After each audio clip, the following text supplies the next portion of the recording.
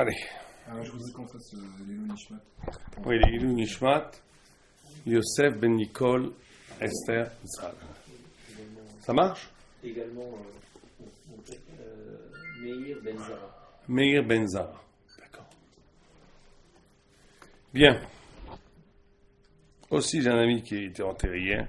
On ne dit pas encore les Ilou Nishmat, mais ça en est ça m'a de Shabtai Ben Dvoa.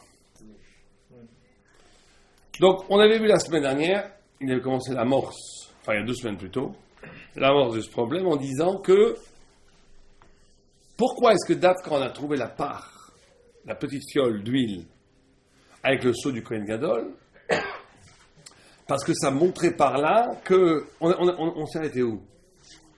Je pense qu'on est qu'un bête en haut. Ah, moi je pensais qu'on était ah d'accord, on l'a pas vu encore. Je pensais qu'on avait vu ça. Moi j'ai préparé la suite.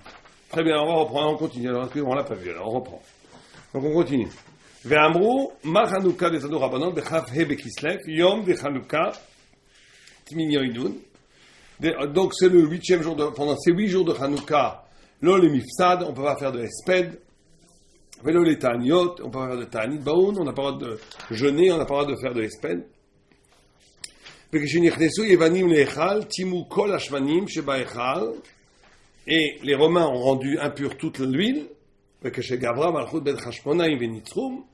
quand les Asmonéens, je crois qu'on dit en français, les Ben Chashmonaïm, ont vaincu les Grecs, et ils ont vaincu les Grecs, et l'homme a trouvé la parechad, on trouve qu'une petite fiole de Shemen Shaya Mouna Bechotmo Shekwan Gadol. Velo ya boela leadlik yom echad naase bones vidikum eno shmona yamim. Tout le monde connaît ça, je vais vite. Les Shana Acheret, Kavu Be'asum, Yamim, Tovim, Be'alel, Bada. Maintenant, il rentre dans la question, on n'a pas fait ça. On a vu un peu ça, ouais. Ve'im toimo ve'ki bishvil shenaase la'em nes, ba'adlaka, shelo tiye betela adlaka, aya kovim Chanukah. Il pose une couche et dit, mais alors, il y a eu des millions de miracles. Il y a eu des millions de miracles dans l'histoire d'Israël. Pourquoi est-ce qu'on ne fait jamais de fête? On ne fait jamais de fête dans l'histoire juive si cette fête n'est pas quelque chose d'ontologique, d'essentiel, quelque chose qui nous parle tout le temps, qui traverse la conscience du peuple juif au-delà des époques et au-delà du temps. Pessah, on sort d'Égypte tous les Pessah, le don de la Torah, Shavuot, on reçoit la Torah tout le temps, etc. Kippour, on est pardonné. Alors il y a eu un miracle, mais il y a eu des milliers de miracles. Il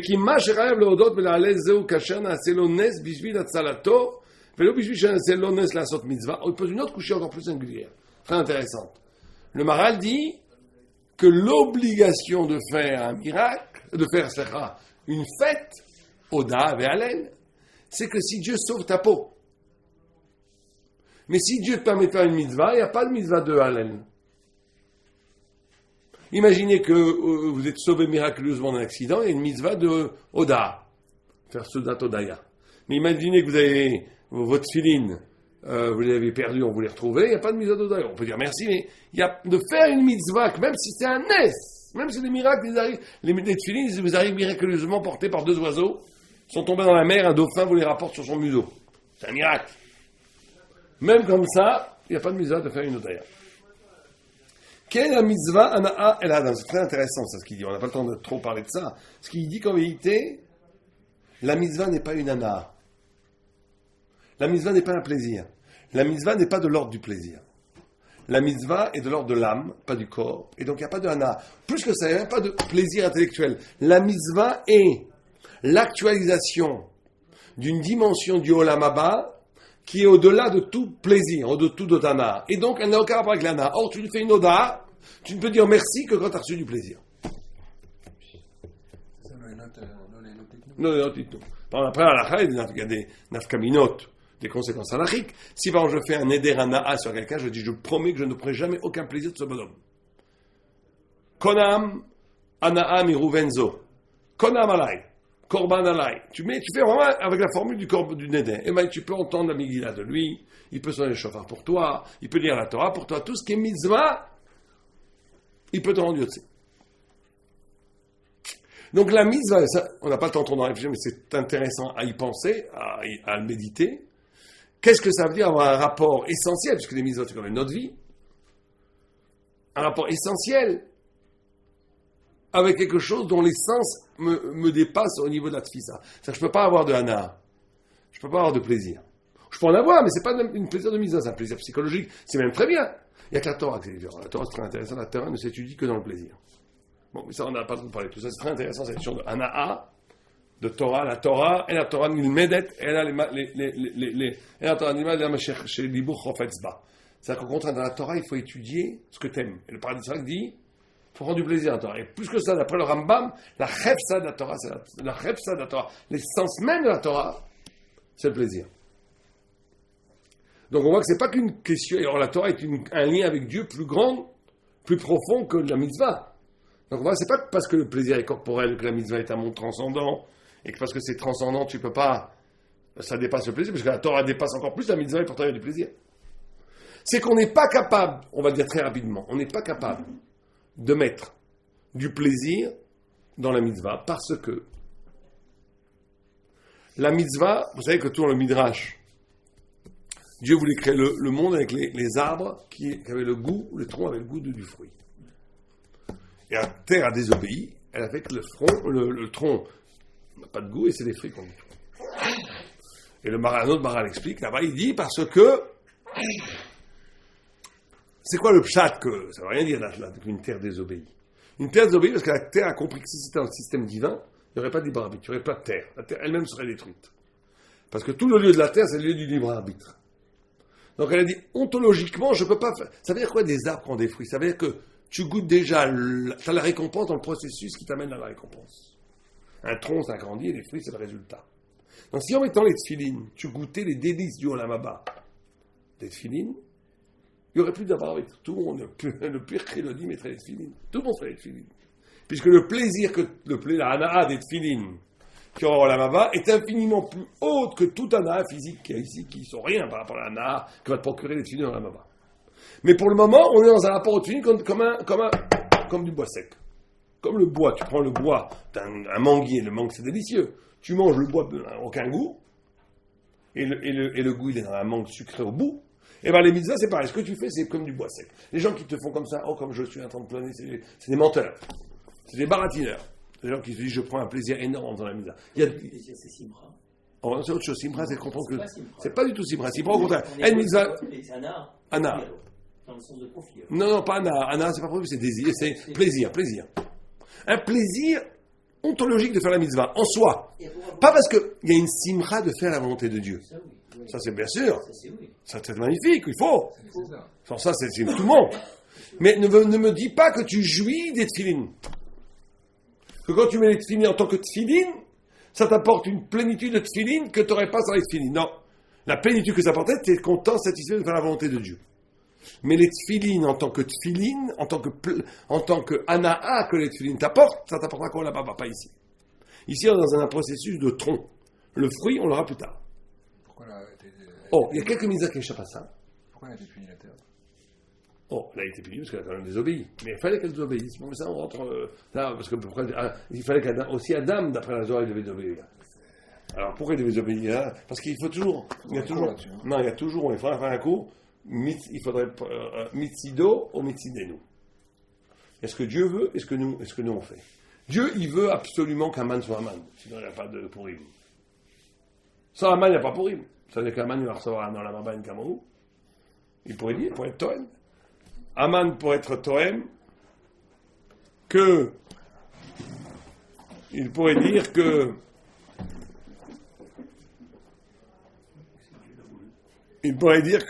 je désire le plus grand de Olam Haba puisque c'est moi qui amène pour lui. Mais non, parce que Betsido, il ne fait pas la volonté de Dieu, il va contre Dieu. Que Dieu, il a la mida de Netzar, c'est toujours Dieu qui gagne à la fin. Ça, c'est du côté de Dieu, c'est pas de l'autre côté. Mais on ne va pas tout parler de ce soir, on ne pourra pas s'en sortir.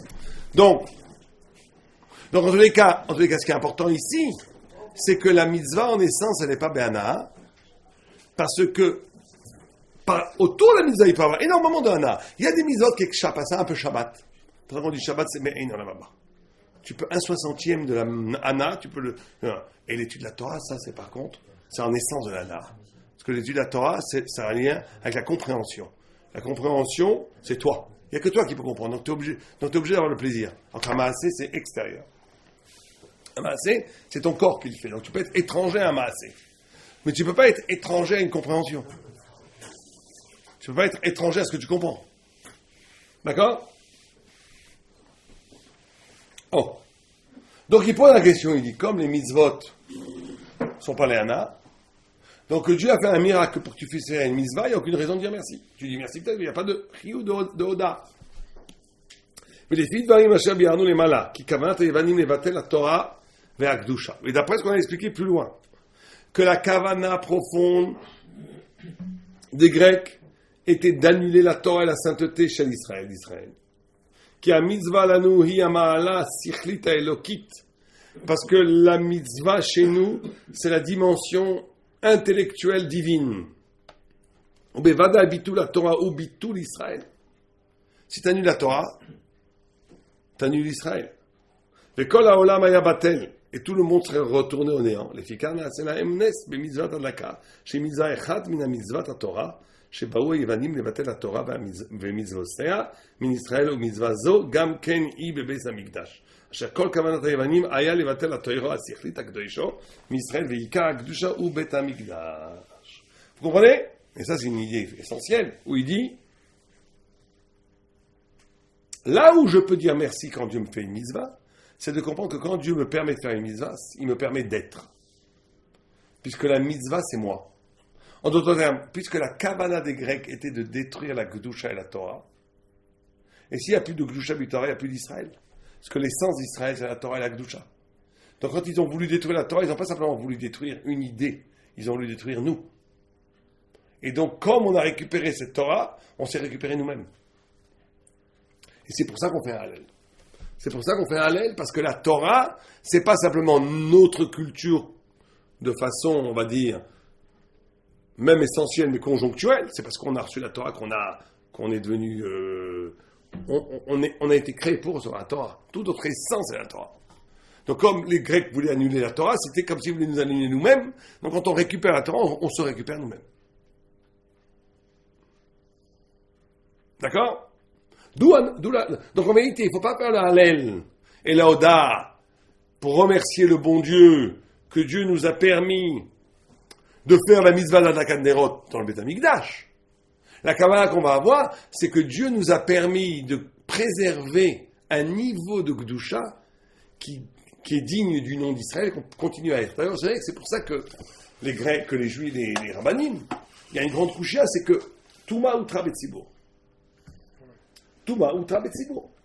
Il y a un digne que si tout le monde est tamé, ou même le robe d'Israël est tamé, on a le droit d'allumer les bougies en Touma. On peut allumer en ce moment les bougies dans le Beth Amikdash, il n'y a aucun problème. On peut faire des corbanotes maintenant. Alpi Halakha, aucun problème. Simplement, on sait pas, il faut savoir le makom du misber, ça c'est important. Ça peut-être qu'on peut le savoir. Mais on ne le fait pas à cause de raisons politiques, mais Alpi Halakha, on pourrait le faire. Tout ce qu'on dit lavage rousse et tout, c'est vrai que quand le robe n'est pas tamé, mais quand le robe est tamé, Touma Utra Betzibur. Donc on devrait pouvoir faire. Ils auraient pu allumer les bougies. Pourquoi est-ce qu'ils voulaient tellement allumer de la lumière Tahor, et pourquoi ils ont tellement voulu un miracle? Alors le Ramban, il explique, parce qu'ils ont voulu vérifier que la Shrina est toujours chez nous. Parce qu'il y a une Kabbalah qui n'y a pas à avoir de miracle dans quelque chose de tamé, comme ça dit le Ramban. S'il y a dans la Touma, le miracle n'apparaît pas. Non, c'est un truc qu'il faut dire aux gens. Les gens qui font des avérantes et tout, qui prient le bon Dieu pour des miracles, ça ne marche pas. Ou si ça marche, c'est exceptionnel. C'est-à-dire qu'il faut du miracle dans le miracle. Mais le système du miracle, c'est le miracle qui ne rentre que si on est Tahor. Dans la Touma, le miracle ne rentre pas. Donc ils ont voulu absolument vérifier. Ce qu'ils voulaient vérifier, c'est que est-ce que cette Torah, après la Grèce, qui n'est plus la même Torah, parce que la prophétie s'arrête avec la Grèce, et qu'à partir de la Grèce va naître la Torah Shebal Peh. Et donc ce qu'ils ont voulu vérifier, est-ce que cette Torah Shebal Peh, qui n'est plus ce rapport à Dieu, qui ne passe plus par la prophétie, est-ce que c'est un lien encore avec Dieu ou est-ce qu'on est relégué à une sorte de religion et d'un souvenir de la gloire passée prophétique? Est-ce que les Juifs vont passer maintenant le reste de leur vie à célébrer un passé qui est mort et on est comme les goïms notre supériorité serait la mémoire d'un temps supérieur, mais aujourd'hui on est pareil. Ou bien non, Dieu continue son alliance, sa brite, sa manifestation. La Shrina se manifeste au cœur même de l'énigme d'Israël, mais de façon radicalement différente. Avant c'était par la prophétie, maintenant c'est par quand je dis un chidouche en Tosfot. Normalement quand vous dites un chidouche en Tosfot, c'est la Shrina qui parle dans votre gorge. C'est Dieu qui parle par vous. Vous privilégiez Tosfot ou... Non, c'est un exemple. D'accord? Oh. Donc, et c'est pour ça qu'il voulait absolument un miracle. Il voulait un miracle parce que c'était le signe du témoignage que Dieu vous dit, ok, vous n'avez plus les prophéties. La Grèce a tué la prophétie, puisqu'elle a tout réduit, à la conscience des choses à partir de soi. Et la prophétie, il faut bien comprendre, le prophète, c'est pas écouter une parole du dehors. La prophétie, c'est une parole dont l'essence est la capacité d'écouter une parole qui n'a aucun rapport avec moi. De se mettre avec quelque chose qui n'a aucun rapport avec mon système cognitif à moi, avec mon intelligence à moi. Être capable d'écouter une parole, les gamres à faire. C'est pour ça que les prophètes pouvaient parler avec les animaux. Parce qu'ils étaient capables de comprendre une langue animale qui n'a aucun rapport avec l'humain. Aujourd'hui, quelqu'un qui parle avec un animal au zoo, vous le mettez en asile psychiatrique, et on a raison. Plus personne ne peut parler aux animaux. Parce qu'on n'est plus capable d'écouter autre chose que nous-mêmes.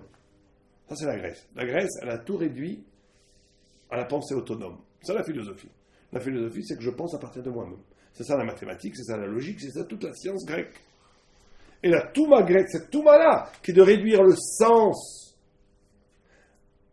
à la perception du sens, c'est ça la touma de la Grèce. C'est réduire le registre du sensé aux ustensiles qui captent ce sensé.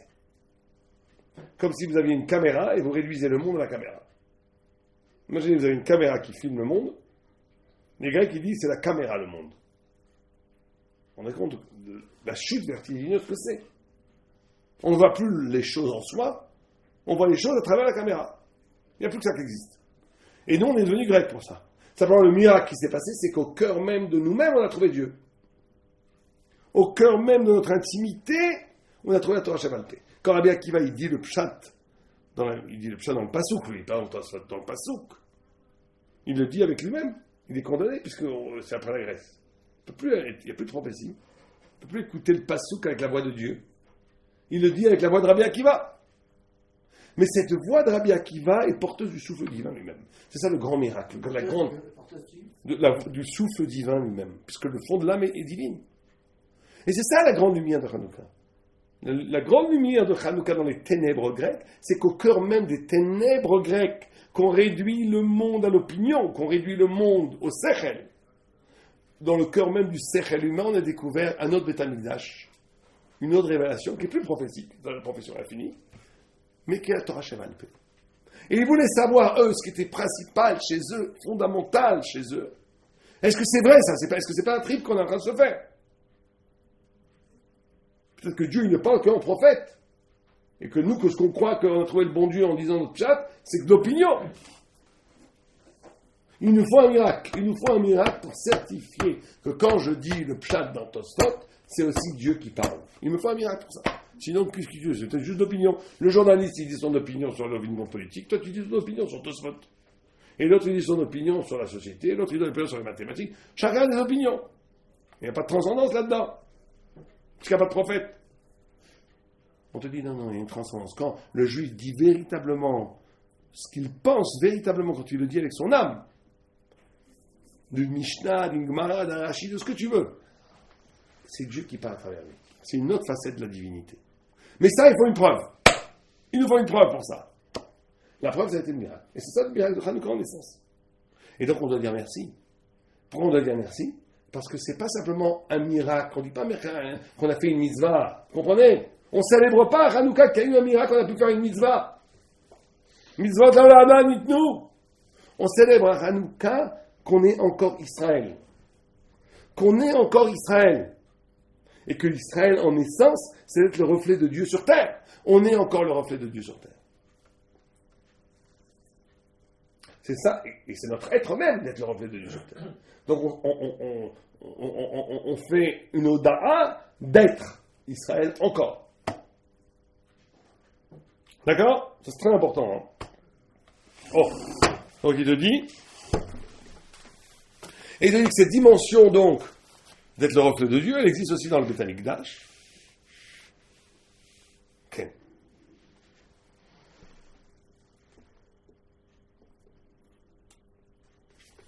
Ouais. לבדל התורה השכלית בישראל, ועיקר הקדושה הוא בית המקדש, ולפיכך קבעו הדלקת נרות זכר לנר שנעשה להם במצוות הדקלה. Et le Ikar, la Gdusha est dans le Beth Amikdash, et là, c'est là que s'est passé le miracle. ועוד יש לומר שעיקר מה שקבעו ימי חנוכה בשביל שהיו מנצחים את היוונים, רק שלא היה נראה שהיה כאן ניצחון, אז זה על ידי נס שנעשה זה, השם יתברך, ולא היה זה מכוחם וגבורתם. לפיכך נעשה נס על ידי נרות המנהרה, שידעו שהכל היה בנס מן השם יתברך. Ça aussi c'est très important. Il dit, en vérité, le miracle le plus fondamental, le plus extraordinaire, c'est d'avoir vaincu les Grecs. Militairement. C'est ça le vrai miracle. Que militairement, 300 ou 400 ou 500 personnes ont pu vaincre la plus grande puissance du moment. C'est un miracle impensable. Et vous savez que Dieu a fait une sorte de faux miracle pour montrer que c'est possible, pour que tu ne crois pas que c'est pas possible. 300 personnes ont vaincu 1 million de personnes historiquement. Ou 318. Non, ça c'est encore la Torah, je vous parle moi histoire. Histoire. Quoi, en dehors de Néval? Oh, non, je dégoïne. Où est-ce que 300 personnes ont vaincu 1 million de personnes? Pisa, vous connaissez Pisa? Mexico, les Aztèques. Ils sont arrivés à 300, ils ont vaincu tout, ils ont pris toute la ville de Mexico, il y avait 1 million. Eux, ils étaient 300. Parce que ça, c'est la bracha de Yitzhak sur les. Et ça, bah. Bon, c'est vrai qu'ils avaient des chevaux et des pistolets, mais même, ça n'explique pas assez. Mais tu vois que c'est possible, ça c'est historique. Tu vois que c'est possible. C'est aussi pour nous faire comprendre que c'est possible. C'est possible.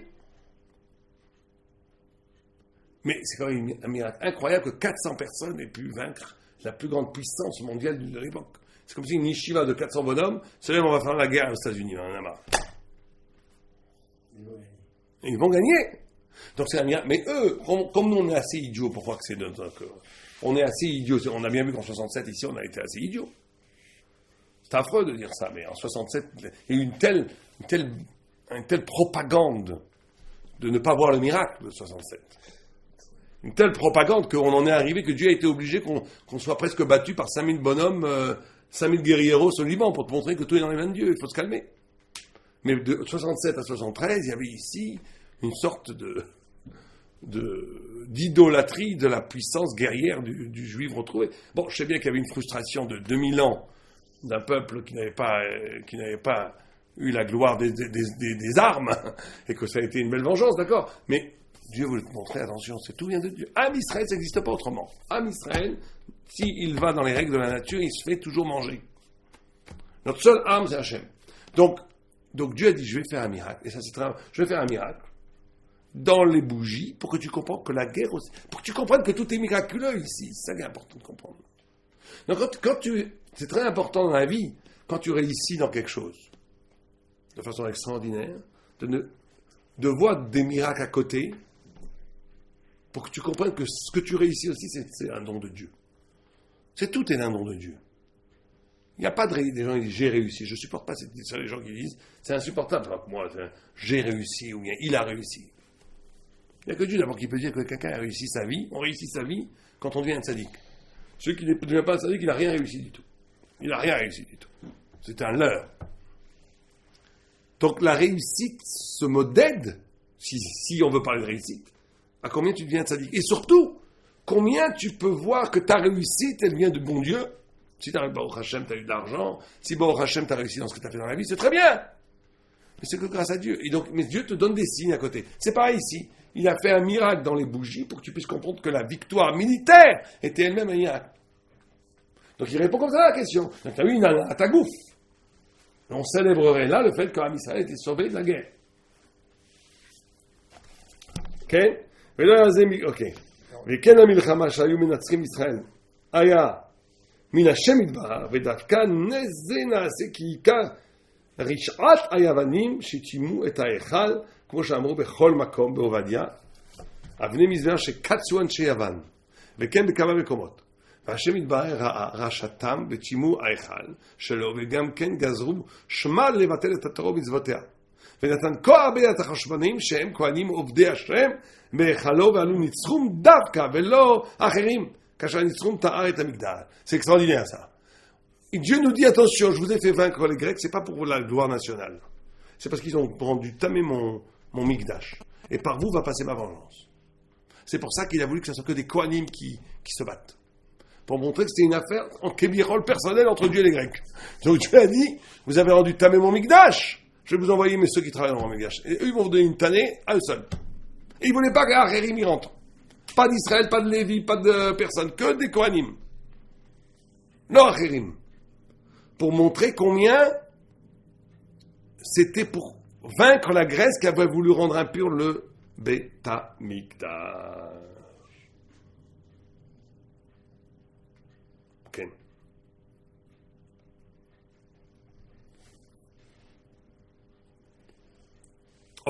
וכאשר לא היה להם שמן, נעשה להם נס, שיוכל לתאר ולחנך הבית, ולכך נקרא חנוכה, שהיו מחנכים את בית המקדש, אחרי שצ'ימו אותו בני יוון. לפיכך הנס הזה נעשה בשמן, הוא ניצחון שניצחו ישראל היוונים, כי הניצוח היה בשביל שצ'ימו את ההיכל, והשם יתברך רצה בעבודת Israël. Là encore, ça c'est très important aussi pour nous. Alors, vrai qu'on comprenne ça. La victoire n'est jamais justifiée en tant que victoire militaire dans la Torah. Si on a vaincu des Grecs, c'est parce qu'il y avait une autre lutte métaphysique qui se cachait derrière. Derrière, on va mettre les pieds dans le plat, on ne pourra vaincre les Arabes, ou vaincre ceux qui veulent nous détruire, et on ne pourra sortir de ce conflit que si on résout un conflit avant celui-là. Ce conflit n'étant qu'un masque du vrai conflit. De la même façon que Dieu a provoqué la guerre contre les Grecs et la victoire contre les Grecs pour résoudre le problème d'une impureté de la Gdusha. La Gdusha était en train d'être étouffée par les Grecs. Donc le conflit militaire contre les Grecs était là pour réanimer la Gdusha dans le Beth Amikdash. Donc la visée de cette guerre n'était pas du tout la victoire militaire, mais le rétablissement au Beth Amikdash de la sainteté de la révélation divine. Et bien c'est pareil dans tout conflit d'Israël. Tout conflit d'Israël, il est le symptôme d'un problème métaphysique. Il n'est jamais explicable d'un point de vue purement politique, historique. C'est censé être comment on interprète Peut-être qu'à un moment donné, Dieu a voulu que la terre d'Israël soit habitée par des Juifs, je n'en sais rien. Il faut voir, on ne peut pas interpréter la vérité, ça, il faut réfléchir. Il faut réfléchir par rapport aux circonstances, par rapport à ce qui s'est passé avant, après. Il faudrait faire des analyses, des études réelles, à Torah. Mais chaque guerre d'Israël n'est jamais à expliquer d'un point de vue circonstanciel. Elles ne sont que la répercussion extérieure d'une nécessité spirituelle, cachée. On le sait, tous les événements d'aujourd'hui sont les événements qui amènent à la Géoula. Donc en fait, on peut imaginer, comme vous le dites, que tout ça, c'est le processus divin de la Géoula. On peut aussi. Mais on peut aussi l'imaginer le contraire. Parce que vous savez que la Géoula, c'est pas un circuit, c'est pas quelque chose qui va comme ça. Hein. linéaire. C'est pas linéaire. La Géoula, ça peut être comme ça. On peut s'approcher tout près et reculer à près de 100 km. Donc, il faut faire attention. On l'a vu déjà. Donc, on peut faire attention, il faut faire attention. Peut-être qu'il nous arrive aussi des problèmes parce qu'on est un peu trop allé loin. Qu'il va falloir se réveiller un petit peu. Trop loin. Il y a depuis quelques siècles une tendance chez le peuple juif à vouloir casser l'alliance. Et tous nos problèmes viennent de ça. On remarque que chaque fois, c'est pour ça qu'il j'aimais beaucoup cette phrase de Benny Lévy, qui disait il n'y a pas de problème juif. Vous savez, tout le monde dit le problème juif. Il n'y a pas de solution au problème juif, il n'y a pas de problème juif. On a fait du juif un problème, on a trouvé une solution. Alors au début, c'était l'assimilation. Après, ça a été une sorte de sionisme laïque. Après, et ce qui est extraordinaire, je ne sais pas si vous remarquez, chaque fois la solution au faux problème juif est le bâton avec lequel on est frappé. Historiquement prouvé. Tout le temps. On a cru que l'assimilation allait être la solution au problème juif, comme s'il y avait un problème. Or, si on voit bien le nazisme, sans vouloir faire de l'achlalot, et en étant très respectueux des susceptibilités des gens qui ont perdu, je ne parle pas du tout de Shalom, je parle en termes, tout en gardant le transcendant qu'il y a dans la Shoah. Hein, on réduit pas les choses si facilement. Mais quand même, on voit quand même que les écrits des nazis et d'Hitler reprochent aux juifs d'être allemands.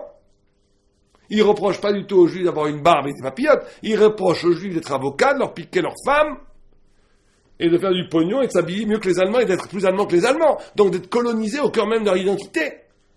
Donc qu'est-ce que reproche Hitler aux juifs? L'assimilation.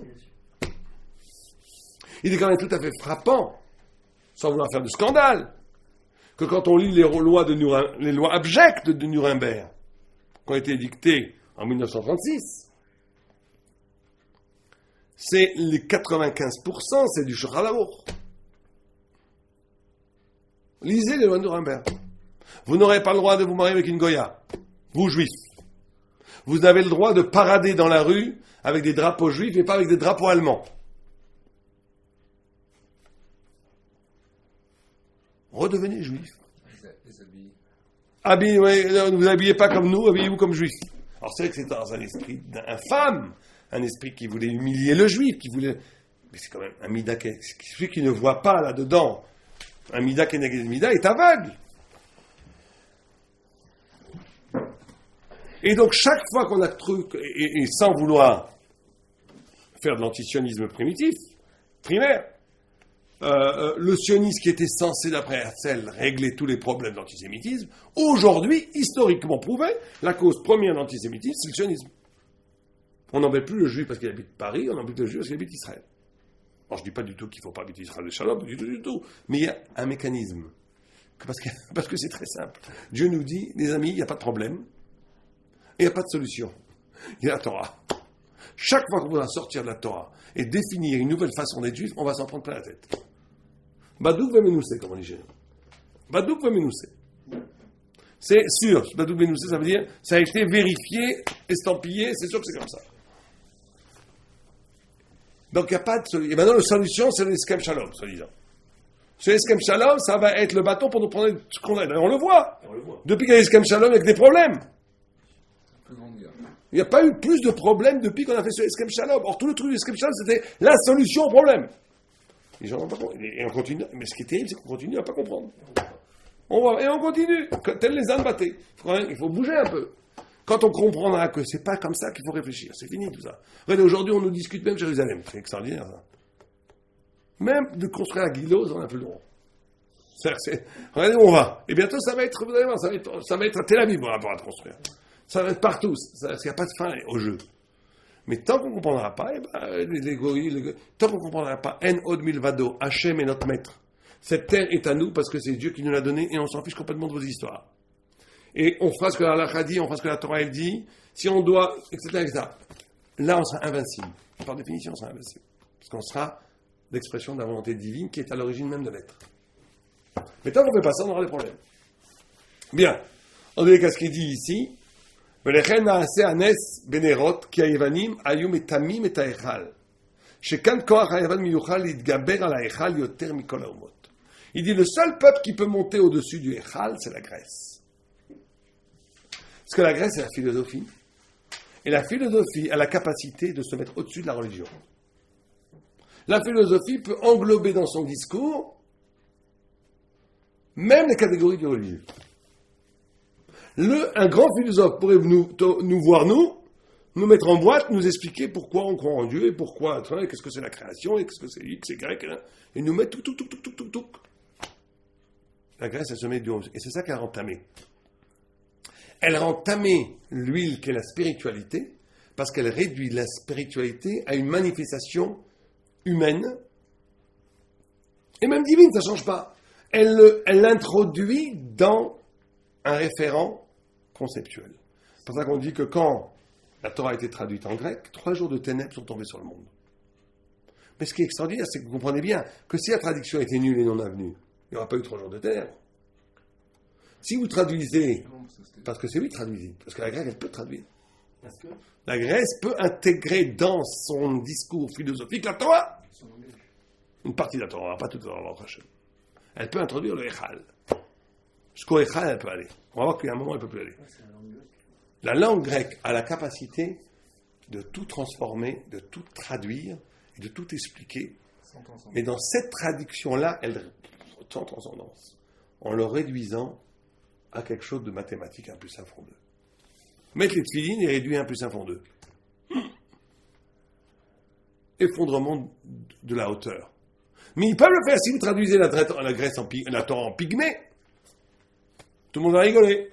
Il n'y aura pas 3 jours de ténèbres sur le monde, parce que c'est comme si on n'avait rien fait. Mais quand tu traduis la Torah en grec, c'est très mauvais ça.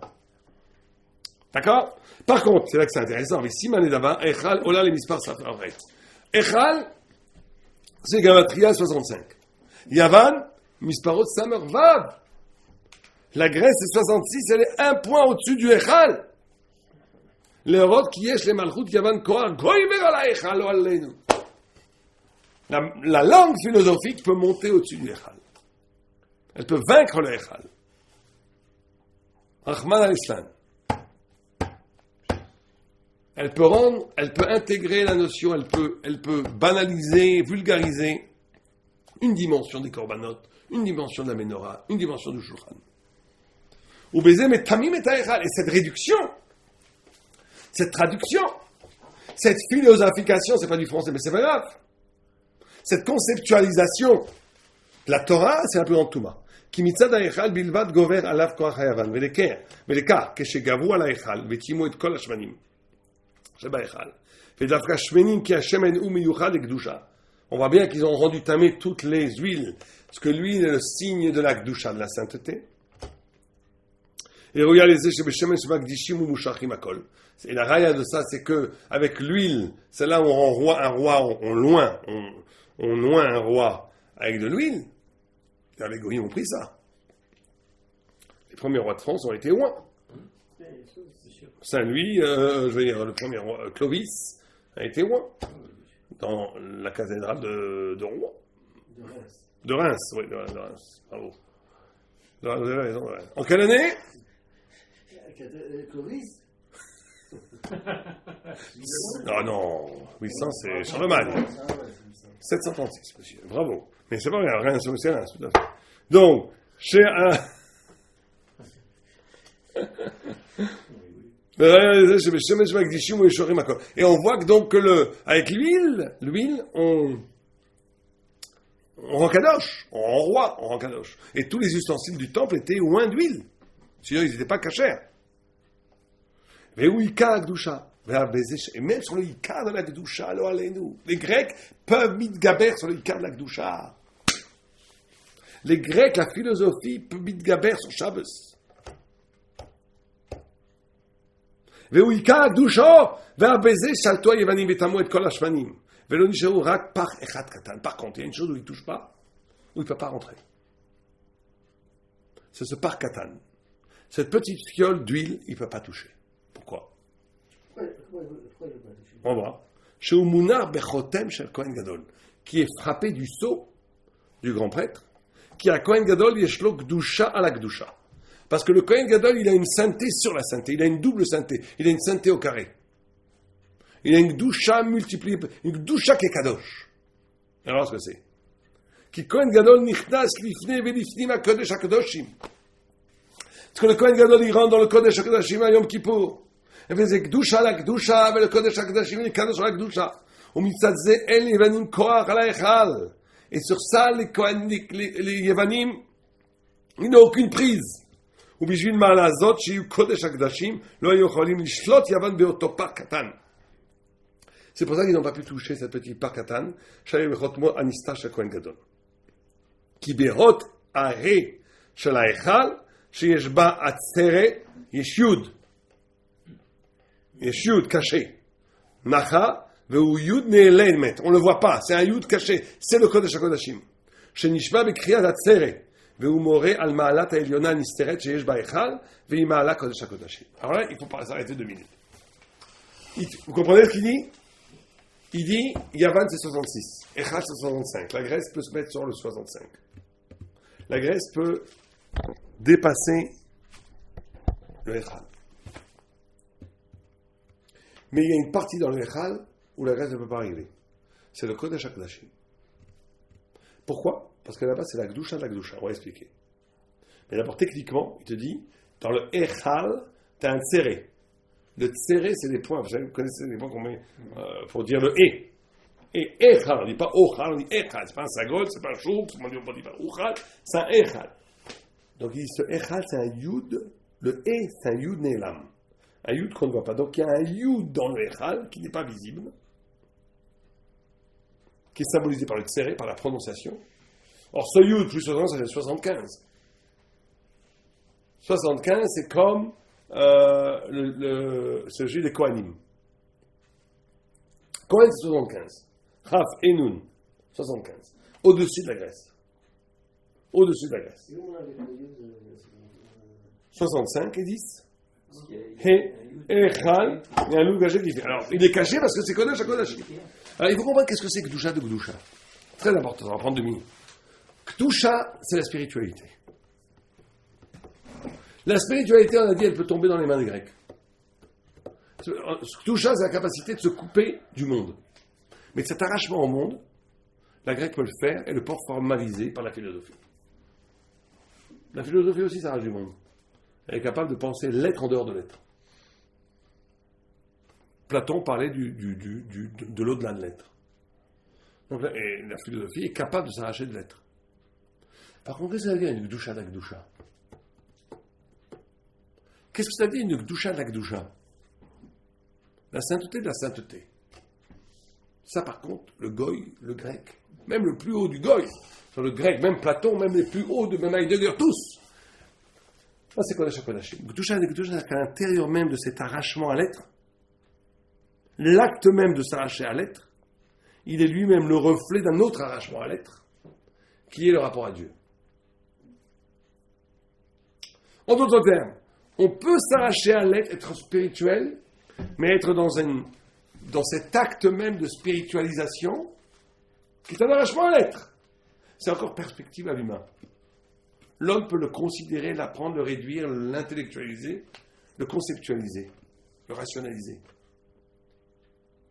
Mais il y a dans cet acte même d'arrachement à l'être un miracle, une gdusha, le bruissement d'une autre parole, la présence d'une autre de Dieu, la présence de quelque chose qui permet cet arrachement.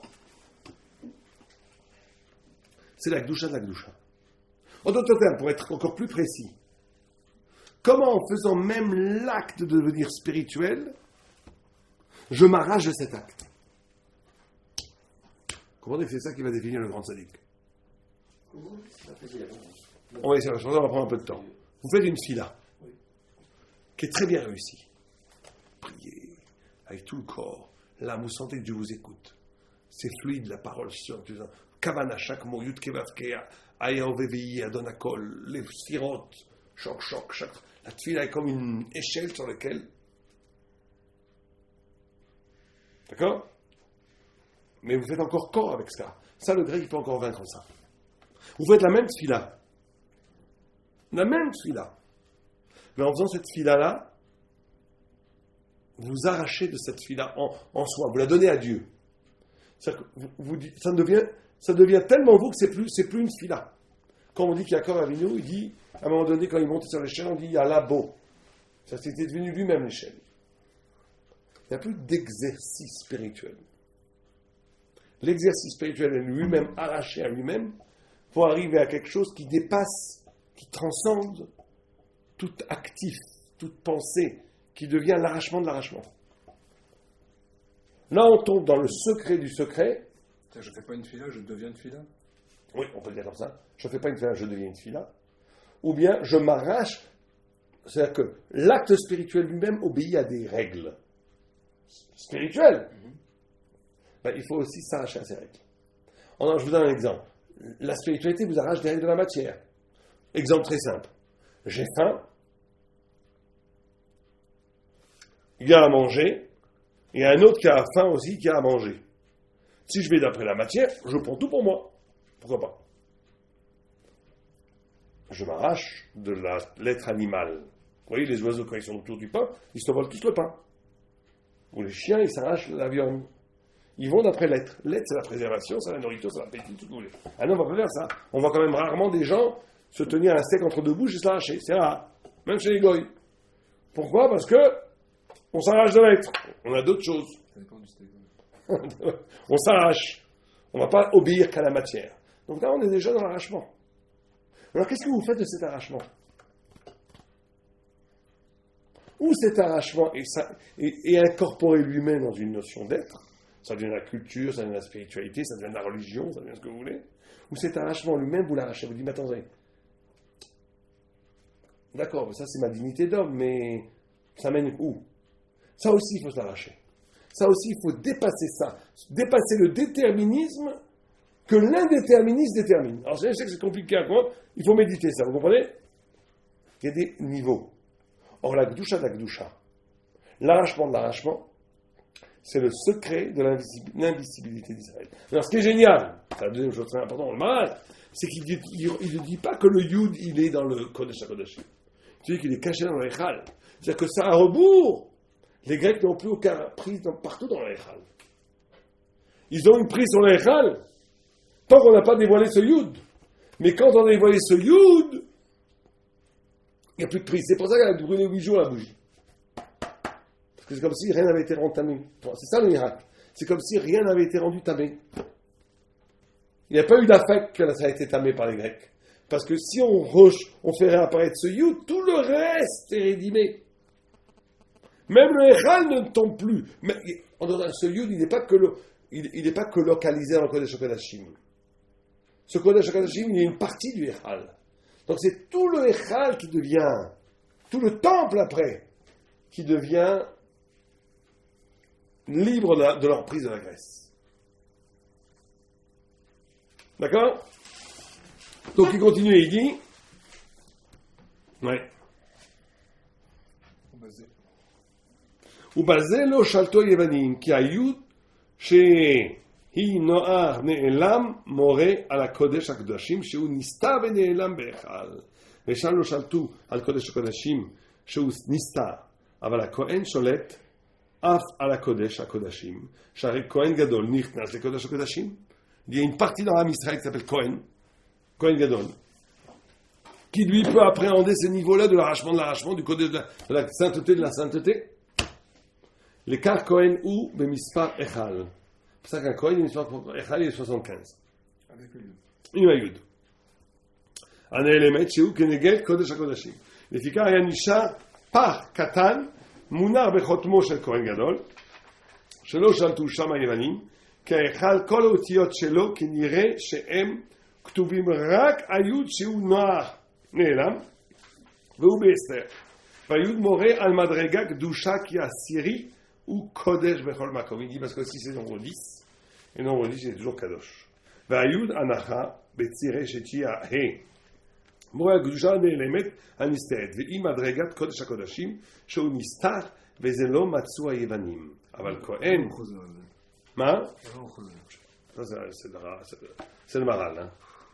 Le Maharal, il vient parce que c'est une rythmique comme ça. אבל כהן במספר עין והוא נכנס בנסתר ובנגלה של ההיכל, ולפיכך היה פח קטון שהיה מונח בעצנה של כהן גדול, ולא היה בו להדליק אלא יום אחד, ונעשה נס להדליק בו חטא ימים. כי אלו חטא הימים שנעשה בו נס באור, דבר זה בא במעלת הקודש הקודשים. Le miracle lui-même vient la provenance du קודש הקודשים. ששם לא שלטו היוונים במעלתו שיש לו והוא עצנה של כהן גדול. ולכן ידלקו בו חטא ימים, כי קודש קודשים הוא אחד ou אחר שיבו, וזה השמיני, après le numéro 7. ולמה קודש קודשים אחר שיבו? כי הנהגת העולם הטבעי הוא תחת מספר זין. Ça c'est une idée maralienne qui revient tout le temps. La nature c'est toujours 7. כי בזין ימים נברא העולם, אז זה הטבעי, ולפיכך מה שאחר הטבע הוא תחת מספר 8. Tout ce qui est après le naturel c'est toujours 8. Les 8 jours d'Abrit Mila, 8, le 7 millénaires après le 8e millénaire, c'est toujours comme ça. שמונהו אחר זין ימי הטבע ולעיקר המילה שהוא על הטבע, שהרי לפי הטבע האדם נולד ערל, וזה מפני כי הטבע נותן שהיה ערל, והמילה הוא על הטבע, ולכן המילה ביום השמיני, ומפני שכל דבר שהוא קודש והוא נבדל מן הטבע שהיא גשמית, חומרית, ולכן קודש הקודשים שהוא נבדל לגמרי הוא גם כן אחר הטבע. אוקיי, זה קלר. זה קלר? זה קלר.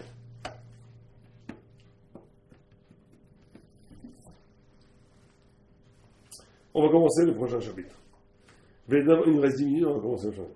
ודבר זה רמזו חכמים במדרש. בזאת יבוא אהרון על הקודש. בזכות המילה שנאמר בה, וזאת בריתי אשר תשמעו. Il y a un lien entre la brite Mila et le Aaron à Kodesh. Les deux sont d'une dimension d'après la nature, d'au-delà de la nature. נכנס אהרון על הקודש. באור זה כי לא היה ראוי בן אדם החומרי להיכנס אל מקום שהוא קודש, קודשים נבדל מן הגשמי החומרי, אם לא שיש באדם המילה שהוא הטבע גם כן. On a dit, mais ça c'est très important, il ne fait pas juste la rhétorique, qu'il y a 8 dans le Mila et 8 dans le Dikeur. Ça c'est aussi un fondement métaphysique très important. Il te dit, il n'y a que celui qui a la Mila dans son corps qui peut rentrer dans le lieu du Beth Amikdash. Il n'y a que celui qui a le chiffre 8 dans son corps qui peut rentrer dans le Kodesh HaKodashim, qui est la dimension d'après la nature. Vous savez, il y a certains pas des goïms qui vous disent pourquoi moi je ne pourrais pas arriver au même niveau que toi La spiritualité, elle est en soi, elle n'est pas dépendante de personne. Ben, c'est faux. Le mari signifie allusion.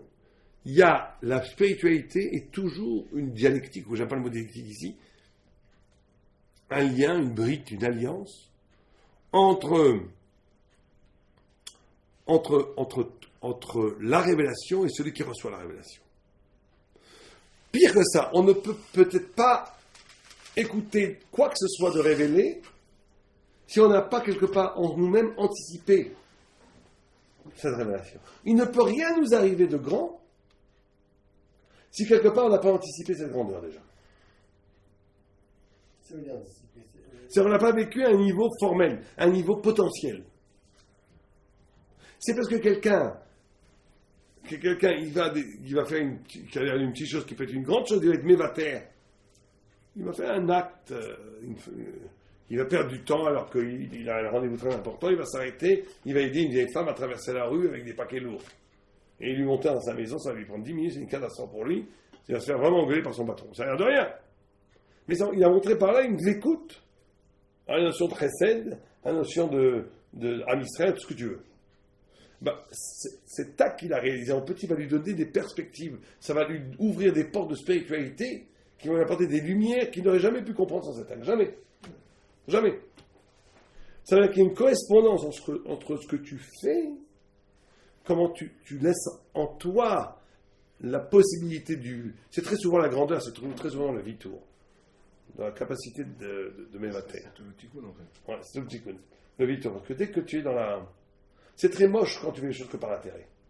Même si tu fais que par intérêt. Même si tu fais des choses très belles, ça reste très moche. Il faut un tout petit peu faire les choses pas par intérêt. Et c'est ça qui ouvre les portes de la grandeur. Quand tu fais un tout petit peu les choses pas par intérêt, c'est très dur de ne pas faire les choses par intérêt. Moi j'avais une fois une discussion avec Rav Shapira sur ça. Est-ce que un lishma existe? Lui, Rav Shapira, il a une idée très intéressante, il disait... Mais moi j'ai été très... Enfin, pas une discussion, c'est mon maître, donc je ne fais pas de discussion avec lui, mais jamais, je lui ai parlé, on a parlé de ça. Est-ce que, lui dire, on ne peut jamais faire les choses désintéressées.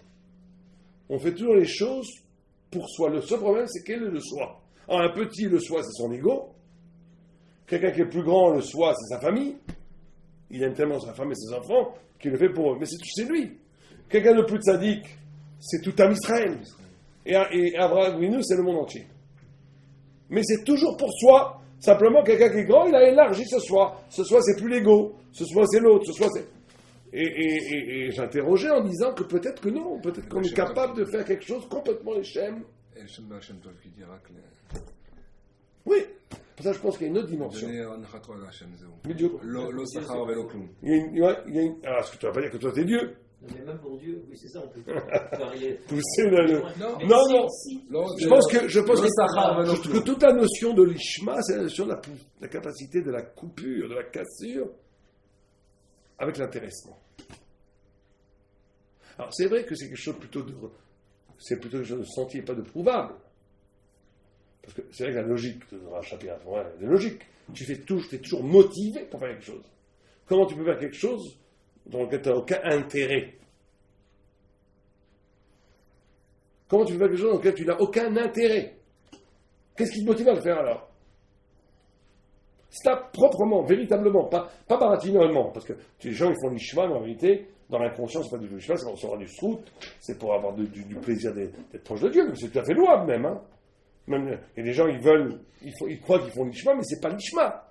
Ils font ça parce que ils sont contents d'être bien. Vous connaissez l'histoire avec le Baal Shem Tov, le Rav Nachman de Breslav, Ils vont mieux comprendre il disait, je sais pas quoi, hein, je sais plus ce qu'il avait fait. Après on m'a dit, il avait entendu une voix céleste qui dit, tu as perdu ton Olamaba.